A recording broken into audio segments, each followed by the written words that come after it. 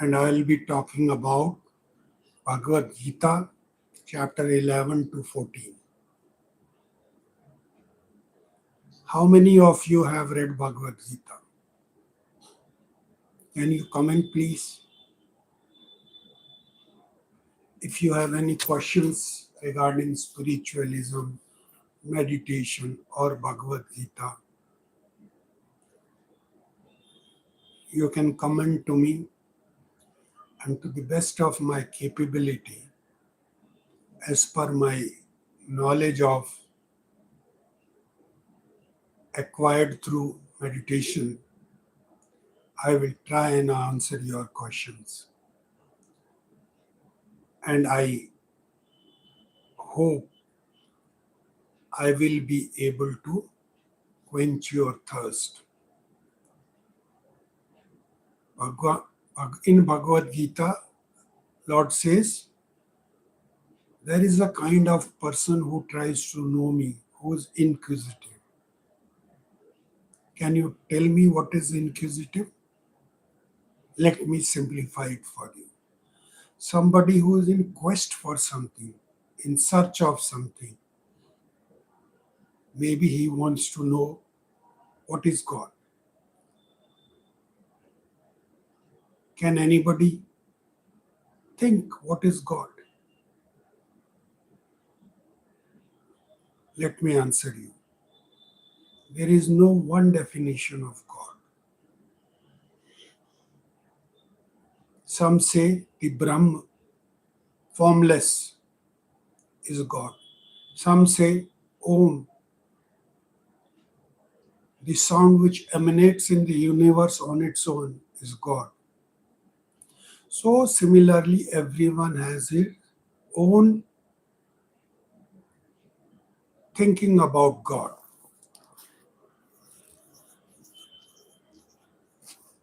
In 11th chapter, we will be talking about the universal form of God. So what is the name of the 11th chapter? Universal form of God.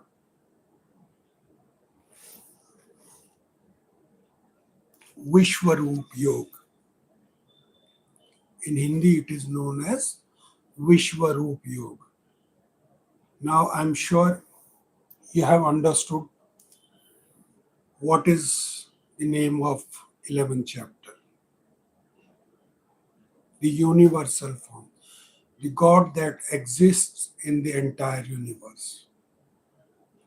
And how does the chapter start? All those who have read Bhagavad Gita, they can comment how does it start. It starts with basically Arjuna asking Lord Krishna,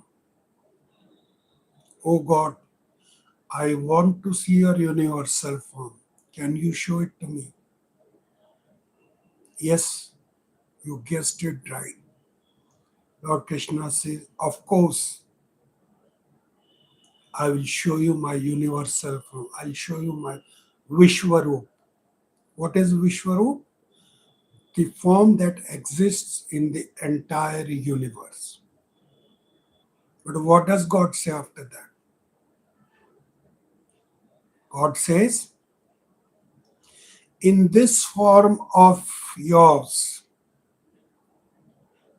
with the eyes you have in present conditions, you cannot see me." So what does he do? Please comment. What does God do after that? When Arjuna, he says, "You cannot see me in with these two eyes." What does he do? I'll tell you. He gives the divine vision to Arjuna, the divine eyes. He gives Arjuna the divine eyes with which Arjuna is capable of seeing the Lord's universal form. Before we advance ahead, let me request you to like and subscribe the channel Eternal Journey. This is my YouTube channel where you will find many videos on meditation, spiritualism and Bhagavad Gita. So like and subscribe and share it with your friends if you like it. So coming on to chapter 11, God says, I'll give you the divine eyes. He gives Arjuna the divine eyes, and with the divine eyes, can you guess what does Arjuna see? You may have seen Mahabharata on the TV, you may have read Mahabharata, or you may have read Bhagavad Gita. You guessed it right. He sees the beginningless and the endless form of Lord Krishna. He sees Lord's many, many heads, many, many faces, many, many eyes, many, many teeth, many, many ears, many, many hands, many, many thighs, many, many legs, and many, many bellies. What does this imply to you? Can you guess something from this which I guessed it, which I realized it through my own self-realization? Can you guess what does this mean? Lord having beginningless and endless form, plus having thousands of hands, feet, bellies, mouths, teeth, and fire emanating from his mouth. Let me tell you, it means Arjuna with the divine eyes was capable of visualizing the entire universe in one go. He could feel stars, suns, moons, rivers, mountains, animals, birds, humans, everything he could visualize in one go as nothing else but the Lord's forms. God is not something like a giant man, like a human standing on earth and his head above the universe. He's not like that. He is everything within these two things. And what does the endless and beginningless form of God means? You may have read in mathematics. Where does the line start and where does it end?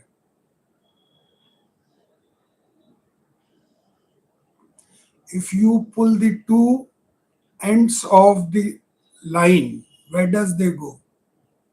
They go to end, infinity. Both the ends can be stretched on and on to infinity.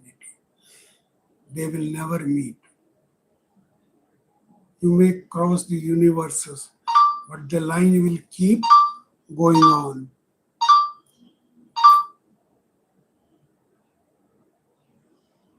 Similarly, God has no beginning and no end. You may have read in mathematics again, the two parallel lines meet at infinity, but there is no infinity. Infinity means an infinite place, a place where nothing can reach. That's what infinity means. So the two parallel lines, it's not that they don't meet, but they do meet, but at infinity. It means the point where no one can ever imagine, where no one can ever reach, that is the place they will meet. Similarly, at infinity, God's beginning starts, and at infinity, his end starts, which means he has no beginning and no end. I hope you have understood what does the beginningless and endless form of God means. So I was asking you, what does the Vishwaroop or the universal form of God means to you as a layman? In simple words, it means Arjuna with the divine consciousness. Arjuna with the divine consciousness had the knowledge of knowing God in each and everything. You will remember God says in prior lessons, I am in everything and everything is in me.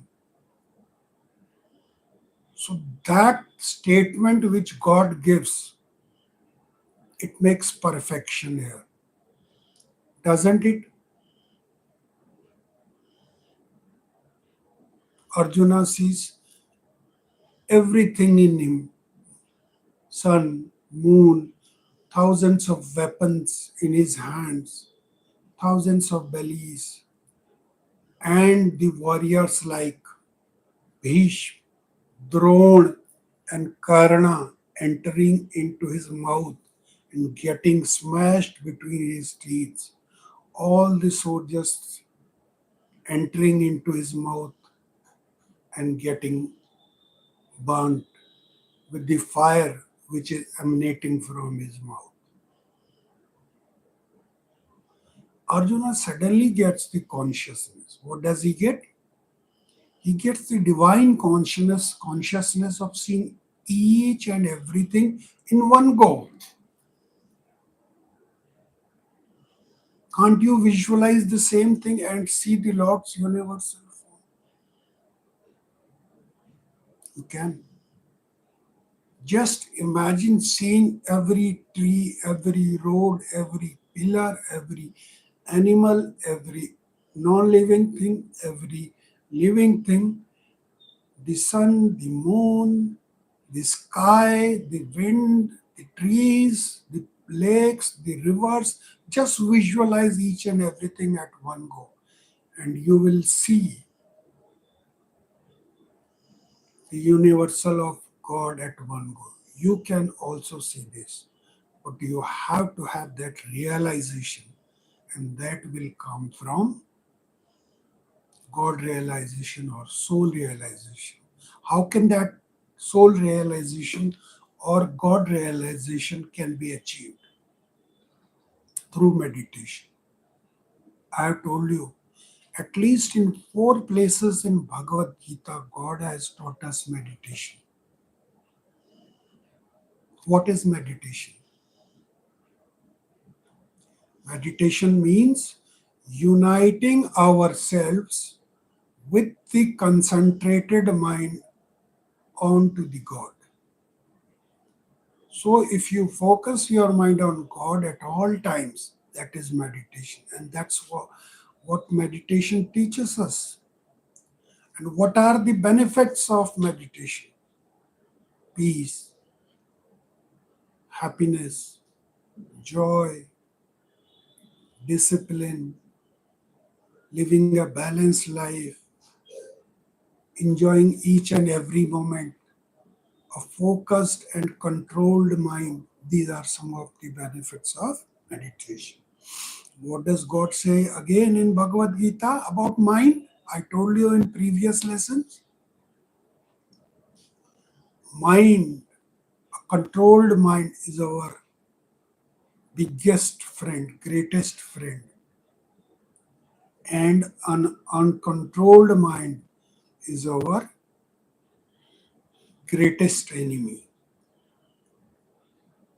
If you control the mind and focus it on whatever you want, may it be worldly desire, materialistic desire, success in something that you want to achieve, or what is the ultimate purpose of meditation? It is finding God. You can even find God with a concentrated and focused mind on God. Meditation is performed with certain techniques. And what do we achieve with those techniques? We focus our mind onto those techniques and control our mind. If the mind is controlled, the senses are controlled. Senses, again, are a big hurdle in our journey towards God. So, God says again and again in Bhagavad Gita, control the senses. If you are able to control senses, what will you achieve? Desirelessness. You will be free from desires. You will not ask more and more. With the concentrated mind, you can find God. But if you do not have inclination towards God, even then my meditation will come to your rescue. How? If you are a student, if you can control your mind and focus on meditation and mind, you can control the mind and focus it on studies. And you can do your duty as a student. You will do it to the best of your capability. That's what a controlled mind can do for you. If you are a businessman, what will happen? You can control the mind and focus on the business that you are doing. And not only focusing and concentrating on that thing, let me assure you, you will get many, many siddhis and route towards the journey with the meditation. What are siddhis? They are the powers which come to you. You will find new powers coming to you slowly and slowly, unfolding to you. So, with those powers, you can definitely achieve whatever you want. Now, is it a truth that siddhis come to us? 200%. Try it. But with devotion and utmost surrender, with a dedication, with the deepest of focus, if you control your mind, then your subconscious will awaken from within, and it will give you many, many techniques which if you use, you will succeed like nothing, or succeed like anything can succeed. And success follows success. Once you are successful in something,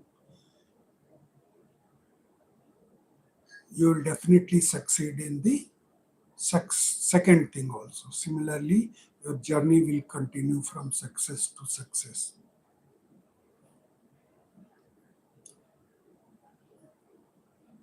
Lord Krishna says in chapter 16, 18, verse 66, Sarva dharma परित्यज्य मामेकम शरणम व्रज अहम त्वाम सर्व पापेभ्यो मोक्षयिष्यामि. Just come to me. Rest I will take care of. I will get you rid of all sins. So the purpose of meditation should not be worldly desires. What should it be? Finding God. What will happen if you find God? You will be his son. You will be his friend. And like a father gives his entire wealth and kingdom to his son, similarly, you will inherit God's kingdom. So, whatever is there in this world, that will be yours. Or whatever you want to achieve, you can achieve that very easily.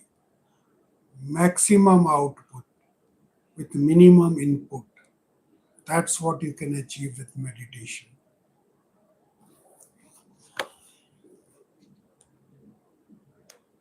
Krishna says in chapter 11, see Arjuna, those whom you think you are going to kill, they have already been destroyed by me. They have already been killed by me. So, what is your duty now? Just act, fulfill your dharma. Dharma means here duty or work or karma.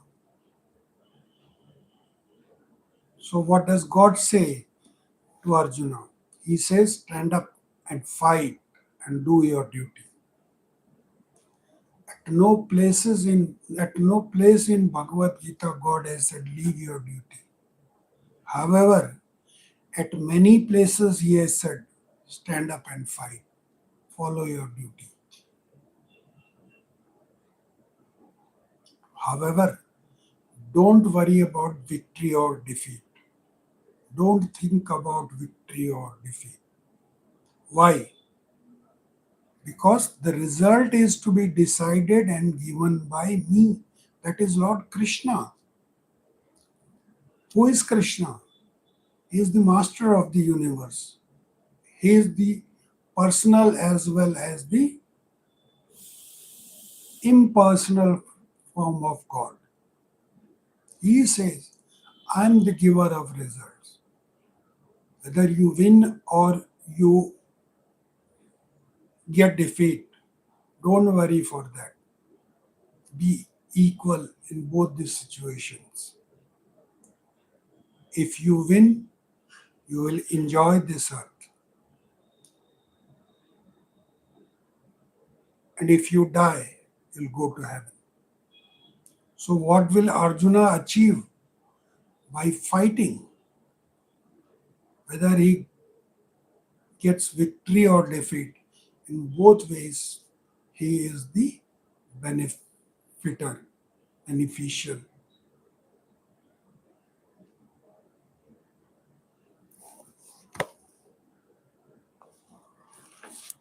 After having realized the universal form of God,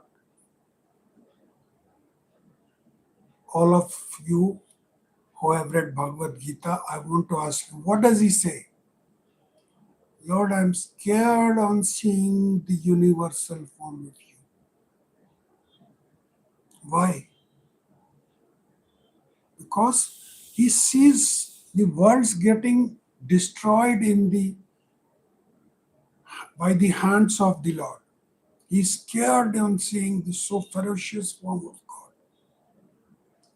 So in the end, what does he say? I want to see your normal form again. Then God shows him his original form as Lord Vishnu. What is the form of Lord Vishnu? Four-armed, almighty, with conch. Conch is shank. Conch in one hand, club, gada in another hand,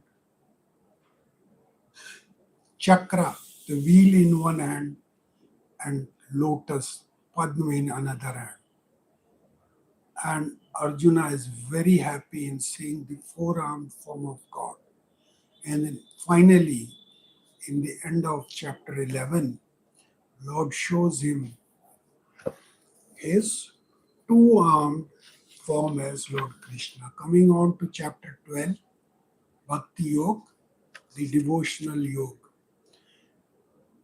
You may have heard bhajans, people chanting, songs of God, songs for God. What does it give us? An ultimate peace, an ultimate satisfaction. Can anybody guess what is the purpose of this life? The purpose of this life is to live it happily and joyfully. At no stage should we get worried or sorrowful. And when we leave this world, we go happily thinking that we have enjoyed this earth. And now I'm going towards God. This greatest purpose of life on this earth, or we living on this earth, is finding the origin from where we have come. That is God or God's kingdom. Bhakti yoga, as I mentioned, is singing or chanting God's names, God's songs, praising Him. And the greatest, I want to ask you this question. Can you remember some devotional yogis, saints, sages from our culture? If you have heard the name of Lord Chaitanya Mahaprabhu, if you have heard the name of Sant Eknath, if you have heard the name of Sant Tukaram, these are some of the names who were greatest devotees of God, known for devotional path.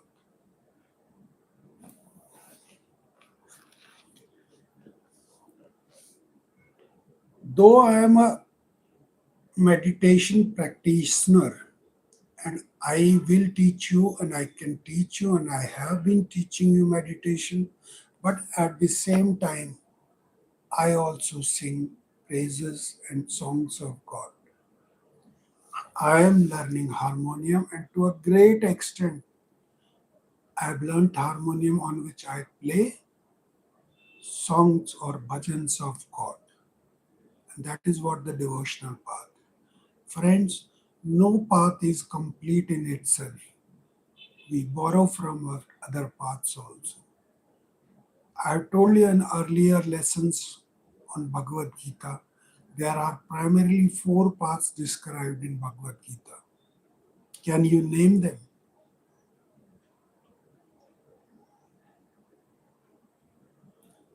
I believe you guessed it right.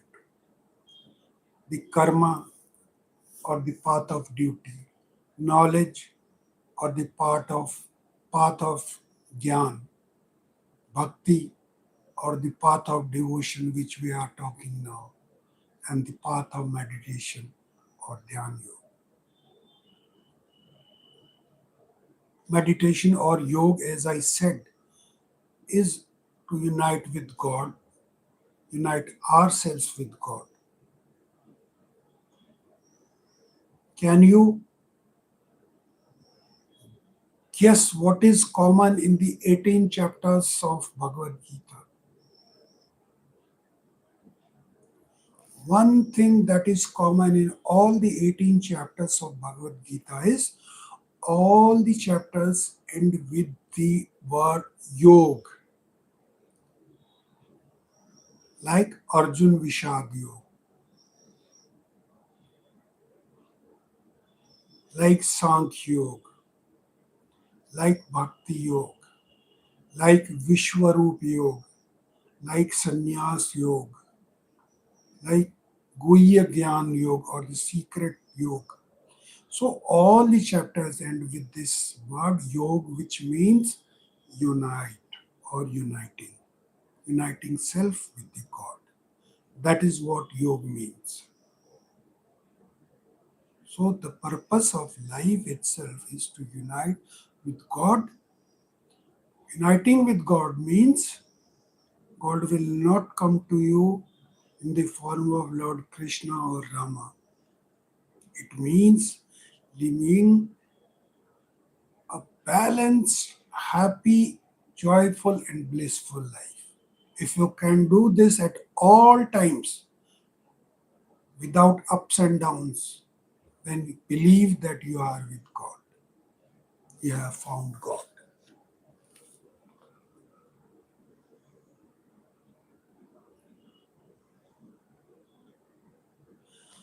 God says in Bhakti Yoga chapter 12, fix your mind on me.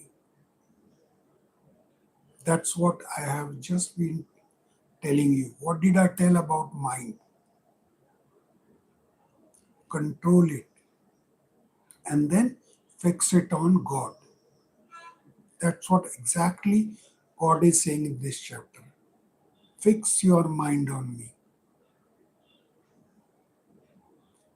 What did I say sometimes back? Mind is our greatest friend if under control. And God says, the controlled mind, put it on me and do not allow it to deviate from me. God says again and again in Bhagavad Gita, fix your mind on me, be my devotee, surrender to me, and remember me always. If you do that, I will protect you, be assured.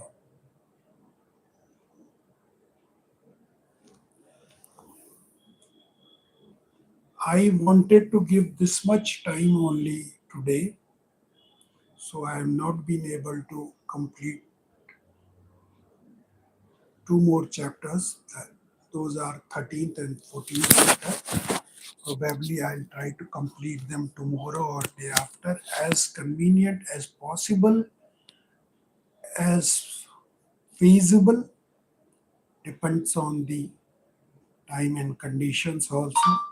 Though I have been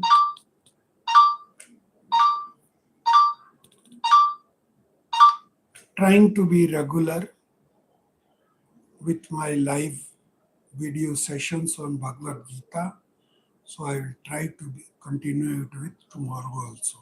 So tomorrow we'll talk about chapter 13 and 14. I have brought something to show to you, and I suggest you take some inspiration from these.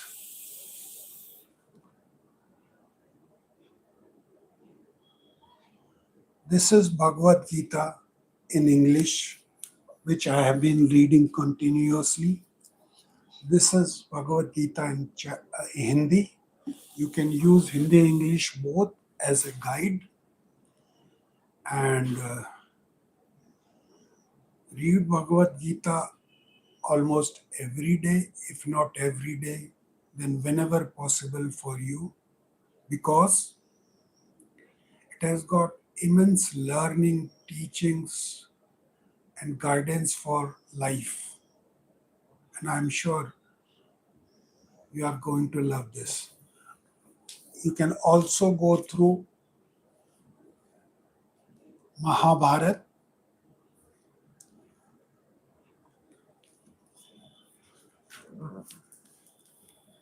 Immense knowledge is there in Bhagavad Gita, Mahabharata, starting from the war of gods and demons to the present day. Of course, it encompasses the knowledge of Bhagavad Gita because Bhagavad Gita is part of Mahabharata. So, if you want to know Bhagavad Gita in completion, what should you do? Read Mahabharata also. If combined together you read Mahabharata and Gita, then you will enjoy, you will benefit even more. That's all for today. Thank you very much. Have a good time. Like and subscribe my channel, Eternal Journey, and be with me next time also. Thank you.